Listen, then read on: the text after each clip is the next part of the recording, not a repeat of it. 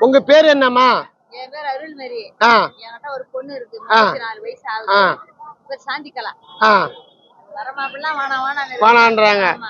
திருஷ்டி இருக்கு. எம்மா அவங்களுக்கு என்ன தோஷம் இருக்கு? அந்த தோஷம் கைசால் கண்டிப்பா நிறைவேறுமா? சாந்திகலா பொண்ணு வாழ்க்கை நல்லா இருக்குமா? அந்த திருஷ்டி ஓம்பல் கண்ணாறு எதுனா இருக்கா? இல்ல வேற எதுனா இருக்கா? செய்வன இருந்தால் எழுந்திருக்க கூடாது. செய்வன இல்லாத அதுக்கு தோஷம் மட்டும் இருந்தா எழுந்திருக்கணும்.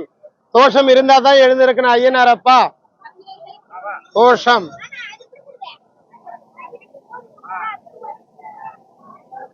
சரி. அதே மாதிரி அவங்க வீட்டுக்கு நீ போறியா? போற மாதிரி இருந்தா எழுந்துரு. போ பட்டுன்னு.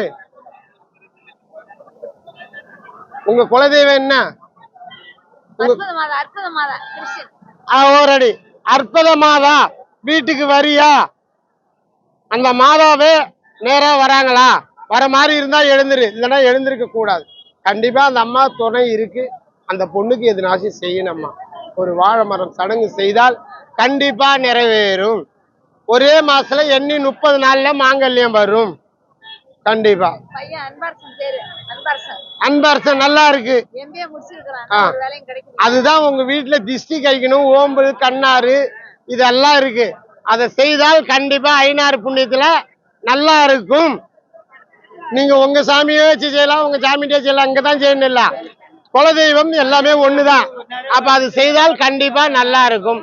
அந்த திஷ்டி பரிகாரம் செய்தால் கண்டிப்பா அற்புதமாதான். நீ போ, நீ போ, அங்க போ, அந்த வீட்டுக்கு போ,